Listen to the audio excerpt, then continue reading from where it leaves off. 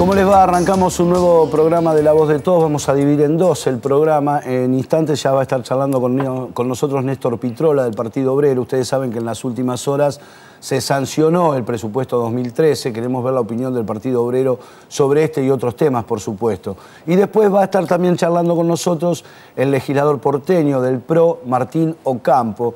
La ciudad de Buenos Aires vivió una semana bastante difícil con todo esto que tiene que ver con las inundaciones. Pero en honor a la verdad, a mí me llaman la atención algunas actitudes. ¿Por qué digo esto? Yo veo hoy que muchos colegas, muchos canales de televisión completos, que hasta hace 2 o 3 meses eran macristas, hoy le pegan a Macri todo el día. Parece ser que las inundaciones o este desastre climatológico sucedió nada más que en la ciudad de Buenos Aires. Porque del otro lado de la General Paz, muy veladamente miraron lo que estuvo pasando con respecto a las inundaciones. Ahora me pregunto, esta hipocresía que yo a veces digo de que el que no tiene pauta publicitaria de tal o cual organismo piensa distinto, ¿se puede confirmar? Porque cuando uno ve que hoy muchos que lo atacan a Macri no tienen más la pauta publicitaria del gobierno de la ciudad, a uno le da que pensar, ¿no? Yo no soy mal pensado, pero bueno, de eso vamos a hablar con Martín Ocampo y obviamente de las obras, que desde mi óptica también hay corresponsabilidad del gobierno de la ciudad de Buenos Aires, porque tiene un presupuesto fabuloso y si uno se traslada a la provincia de Buenos Aires, a algunos intendentes del conurbano ve permanentemente que si esperan de la provincia no tendrían nada y sin embargo los intendentes enfrentan algunas obras como puede ser la de las características que necesita la ciudad para algunos barrios puntuales donde todavía está esta problemática de las inundaciones. Si después Martín me dice que no, yo le voy a dar algún ejemplo de algunos intendentes que han hecho obras de 8 y de 15 y de 20 y de 30 millones de dólares para hacer desagües. Y le voy a decir los distritos y todo porque los conozco. Si él me dice que es imposible, que lo haga el gobierno de la ciudad, pero se lo voy a preguntar. Bueno, les decía, presupuesto 2013 ya fue aprobado, ya está la media sanción para que los chicos entre 16 y 18 años también lo puedan hacer. Hubo muertes también en la semana en la provincia de Buenos Aires, en este caso en Fuerte Apache. Un hombre de la policía de la provincia de Buenos Aires, sigue este problema. Apareció uno de los narcos más grandes del mundo en la Argentina, paseando por todos los mejores country de la zona norte. Yo vivo por ahí, así que por ahí lo crucé, lo tenía de vecino y no me había dado cuenta, cosas que no se pueden explicar. Por eso uno se pregunta dónde están los controles, quién controla los pasaportes, si son truchos o no son truchos. Y lo último que tiene que ver con lo que pasó en Olavarría, donde hay un intendente que heredó un apellido muy fuerte como fue el de Helios Echeverri. Hoy la comunidad de Olavarría dice, Echeverri es un apellido ilustre, pero Helios Echeverri, José Echeverri no es lo mismo, eso dicen los vecinos de Olavarría. Y para finalizar el papelón del diputado nacional Larroque, que la verdad ha roto todo lo coherente que puede tener una Cámara Legislativa en una discusión, porque hay, creo que, niveles de discusión que pueden llegar a ser aceptables, pero hay algunas actitudes que la verdad hablan de un fascismo terrible. Y esto creo que lo dijo algún diputado radical cuando Larroque hizo la barbaridad que hizo en la Cámara de Diputados. Más o menos como pasa con la legisladora Lubertino, que también se lo voy a preguntar a Martín Ocampo. Yo no sé qué esperan para hacer una cuestión de privilegio, como se hace en un consejo deliberante, porque, a ver, en realidad yo siempre sostengo lo mismo. Para mí la legislatura de Buenos Aires sigue siendo un consejo deliberante grande, con todo respeto lo digo, porque, insisto, todavía no está definida la ciudad de Buenos Aires si realmente es algo autónomo o sigue siendo una municipalidad más, por muchas cosas que pasan, ¿no? Néstor, ¿cómo te va? ¿Cómo estás? ¿Qué tal, Daniel? Un gusto. Bueno, el Partido Obrero ha hecho por ahí un comunicado de prensa con respecto a una posición a este presupuesto del 2013. Sí, bueno, desde luego ya viene de varios años, pero están llegando a un punto de chocolate las contradicciones del gobierno. Es un presupuesto dibujado. Es un presupuesto que coloca una inflación que está en la mitad o en un tercio de la prevista, para después disponer esos recursos. Ahora, lo que más nos interesa denunciar es que ahí está previsto un crecimiento económico que, por ejemplo, este año no es tal, un crecimiento económico que está a la medida de los bonistas que cobran con los cupones del PBI. Es decir, es un presupuesto que vuelve a girar alrededor del pago de la deuda pública y de los subsidios a las privatizadas y demás que están hundiendo el presupuesto público y hundiendo los servicios, la energía y los trenes en el país. Entonces, ¿quiénes van a pagar los platos rotos? La salud va a pagar los platos rotos, la educación, van a pagar los platos rotos los salarios de los estatales. Tuvimos una crisis en las Fuerzas Armadas que tuvo, me refiero en organismos de seguridad como la prefectura, como la gendarmería, que tuvo un origen en una crisis de gabinete, pero también en una cuestión salarial presupuestaria. Bueno, a propósito de lo que vos decís, perdóname. El empleado público está frito el año que viene, no está previsto ningún aumento. Exacto, pero te voy a dar un dato con relación a lo que vos decís.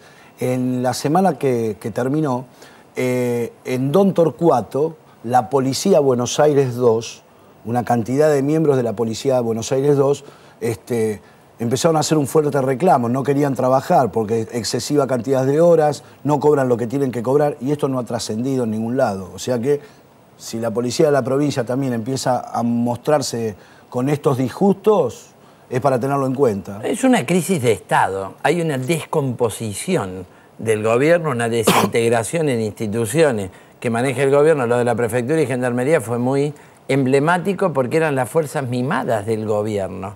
Frente a la corrupción de la bonaerense, de la federal, desplegaron la gendarmería en un papel de control interno, social interno, para el cual históricamente no está prevista la gendarmería, duplicaron sus efectivos, todo lo demás, y terminaron en una crisis.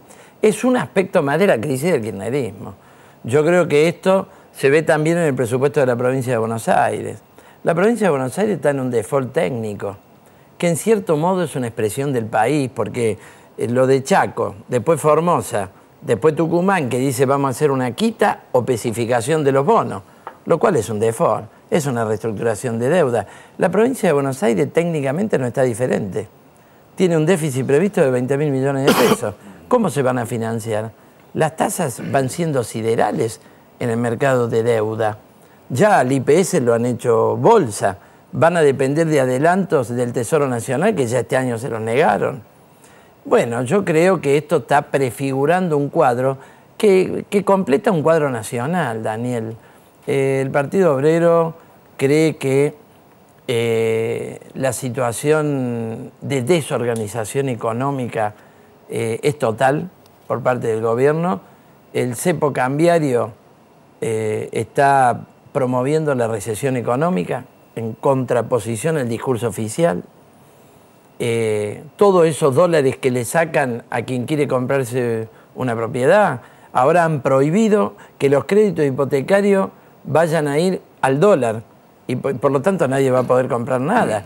Es agravar el parate en la industria de la construcción, es agravar el parate económico. Esos dólares van a parar al basurero de la deuda externa. Y vos te das cuenta que eso no le ha ahorrado una crisis. Hay un falso desendeudamiento.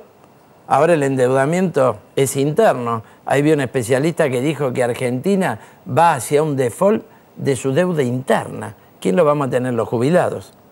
Igual el pago a los acreedores externos no nos ha ahorrado esta nueva crisis en el frente externo. Con la fragata, con el fallo del juez Griesa, etc. Están cayendo los bonos de la deuda. Se requiere una reorganización económica. Una reorganización económica que el gobierno no está en condiciones de hacer.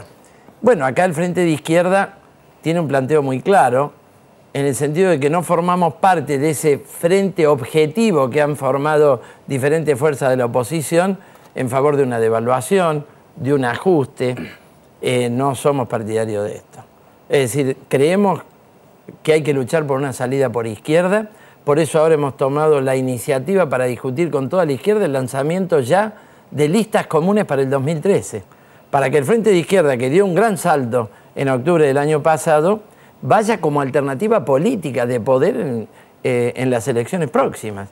Nos parece fundamental. La salida a la crisis del kirchnerismo no tiene por qué ser necesariamente por derecha. Y desde este punto de vista, Daniel, intervenimos en el paro nacional. Vamos a parar con todos los trabajadores, con todo. Esperemos que le pongan fecha prontamente, porque creemos que va a servir para que la clase trabajadora irrumpa en la escena nacional con sus propias demandas, con su propio programa. Y eso contribuye a una salida de otro tipo. En ese aspecto no coincidimos con muchos de los dirigentes del sindicalismo opositor, con un Moyano que de pronto se saca una foto con Macri, lo cual ha generado un debate hasta en el gremio camionero, porque después Macri fue a votar la ley de ART junto con el gobierno kirchnerista. La ley de ART se incorpora en las banderas de lo que no queremos más los trabajadores.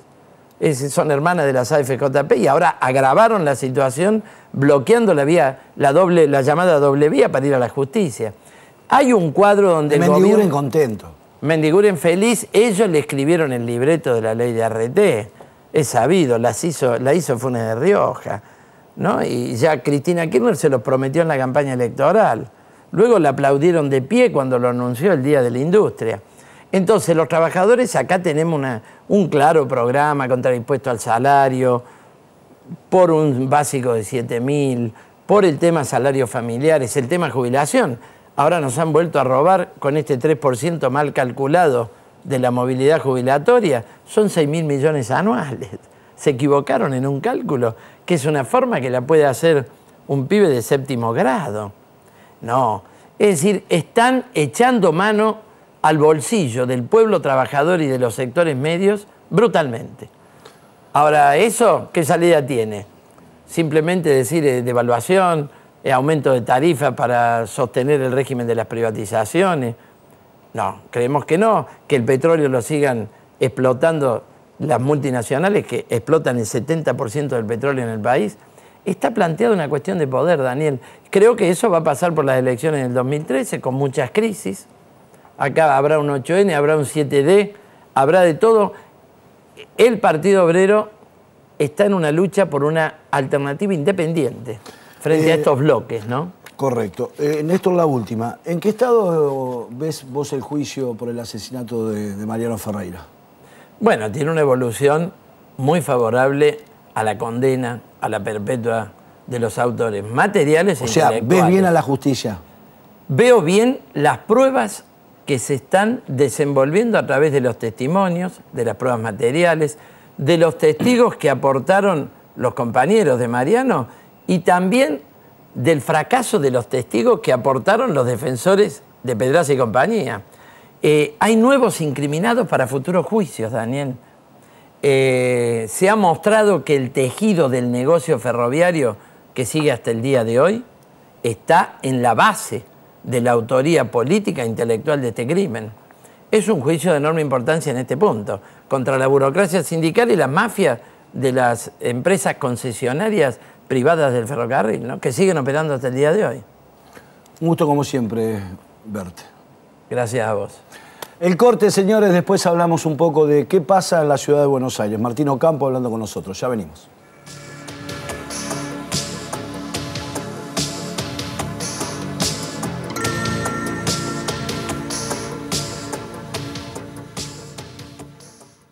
San Isidro también es cuidado desde abajo. Trabajamos año a año en la construcción de una red de prevención de inundaciones, con desagües en todas las localidades y defensas costeras en el río Reconquista y el río de la Plata. Los dos últimos grandes desagües construidos son conductos que se extienden por 17 kilómetros, atravesando todo el partido y cubriendo una zona con 150.000 vecinos de San Isidro. Estas obras no están a la vista, pero son esenciales para que las inundaciones sean solo un recuerdo. La trata de personas es explotación laboral, corrupción de menores, privación de la libertad y también prostitución. Si ves o sabes algo, llama al 911.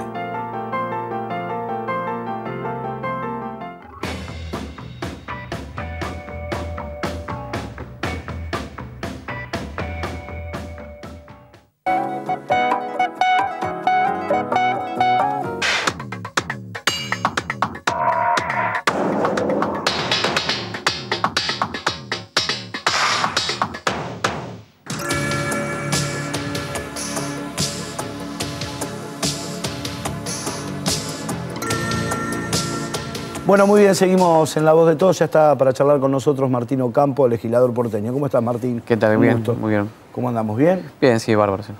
Bueno, a ver, yo digo que hay corresponsabilidades, más allá de la discusión del tema del dinero con respecto a algunas de las cosas que todavía ocurren en la ciudad de Buenos Aires.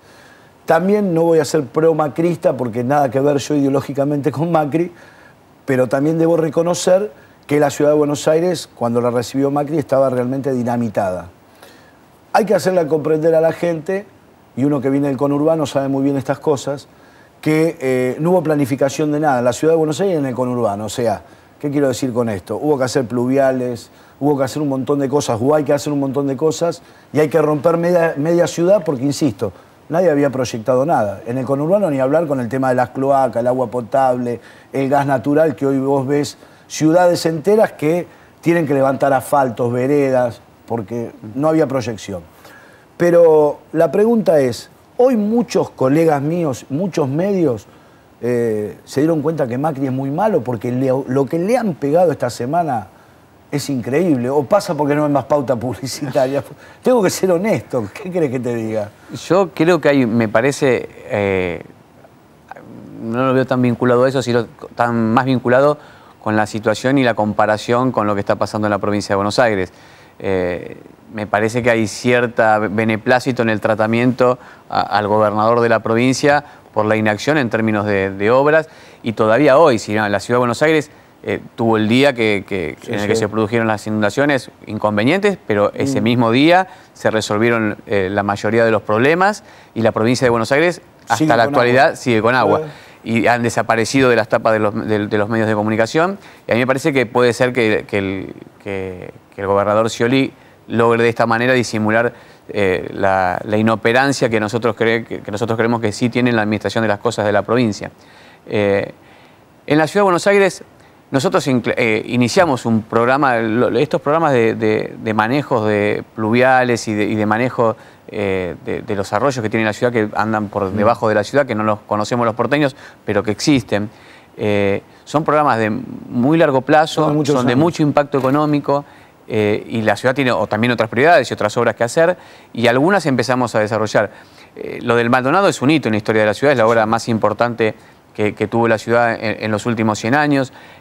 Si te fijas, funciona a la perfección. Estas lluvias fueron de las inesperadas. Hace más de 100 años que no se producen de esta forma estas lluvias. Nosotros, en el Maldonado se hizo mucha inversión, funcionó muy bien, y también teníamos diseñado un plan hidráulico para la ciudad de Buenos Aires que comprendía obras en el arroyo Vega. Esas obras, al comienzo de nuestra gestión las empezamos. Las queríamos empezar en el año 2008. Sancionamos una ley. Esa ley fijaba un sistema de endeudamiento, te decía, son obras de mucho impacto presupuestario y que benefician a varias generaciones. Es lógico que cuando vos haces una obra que beneficia a varias generaciones, el soporte económico, quien va a pagar esas obras, sea varias generaciones. Por eso se utilizan los mecanismos de endeudamiento, porque son más justos. No es justo que una generación pague las obras que disfruten otras generaciones o varias generaciones. Por eso iniciamos un proceso de endeudamiento que requería, como todos los endeudamientos de todas las provincias, un visado por parte del Gobierno Nacional. Lamentablemente no lo obtuvimos. Nunca te lo van a firmar. En esta política que el Gobierno Nacional a veces toma para con nosotros, de hostigamiento, de manejar la discusión política en términos de gestión. Para nosotros podemos tener diferencias políticas y discutir qué es lo que hacer con Argentina, o en discutir dos modelos en términos de ideas, pero sí lo que no podemos hacer es unos entorpecer la gestión de otros, porque no me parece que eso atenta contra nuestra función básica como dirigente político, que es resolver los problemas de nuestros conciudadanos. A mí me parece que el Gobierno Nacional está encaprichado en esa dirección, y bueno, hasta hoy, hasta estos días, seguimos sin resolver el tema. Nosotros estamos tratando en la legislatura un nuevo proyecto para el arroyo Vega, que seguramente va a tener acompañamiento de los legisladores, para insistir con estas obras, porque la verdad la ciudad la necesita, y esperemos obtener por parte del Gobierno Nacional nuevamente ese permiso, esa autorización que se requiere, y esperemos que cambie el Gobierno Nacional en esto. No le hace bien al país, no es que le hace mal a Mauricio Macri, nos hace mal a todos. Ahora, el gobierno de la ciudad, está bien lo que vos decís y lo entiendo, no puede unilateralmente tomar un crédito internacional. Quizás lo pueda hacer, pero a tasas realmente impresionantes y que sería impagable.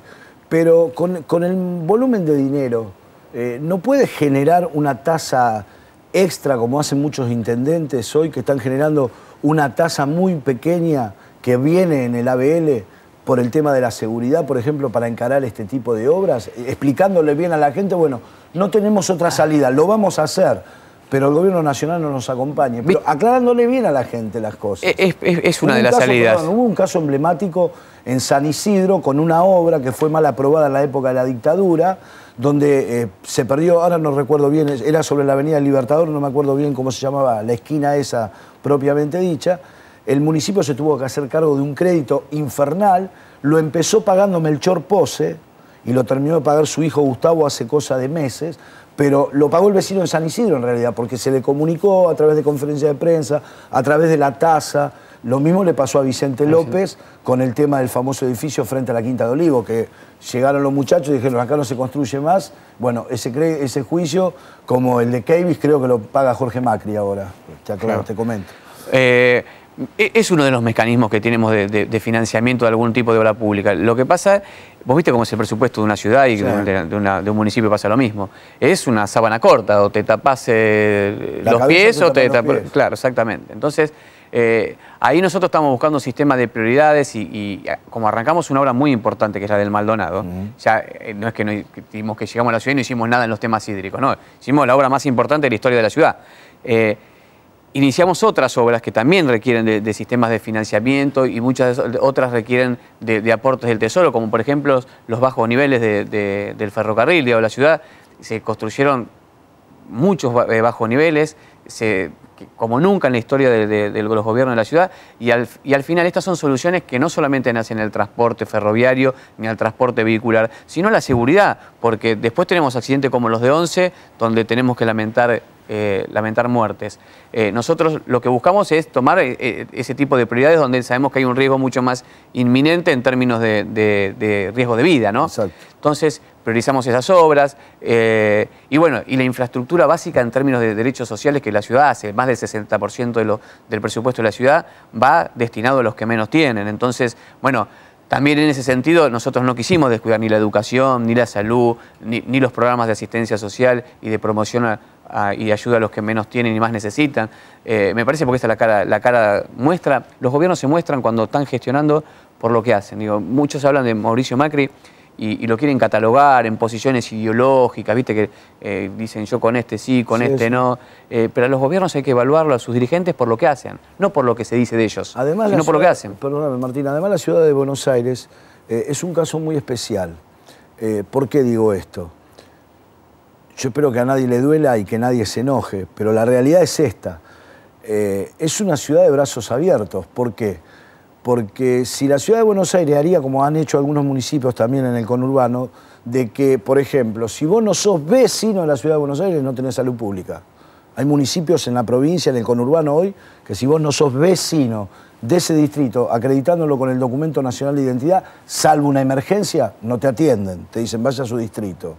La educación pública lo mismo, fundamentalmente en las zonas límites. Yo sé que muchísimos chicos de San Martín, de La Matanza, de Villa Martelli, de Vicente López, por nombrarte alguna zona, cruzan y se educan en la ciudad de Buenos Aires.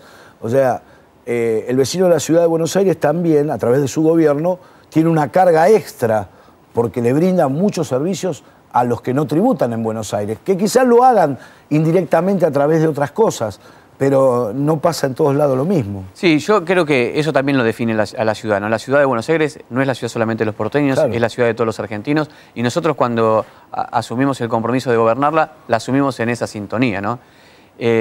Y yo a veces escucho críticas al sistema de educación de la ciudad o al sistema de salud, y digo, a veces algunos dirigentes políticos están muy alejados de lo que le pasa a la gente, porque la gente valora bien el sistema de salud de la ciudad.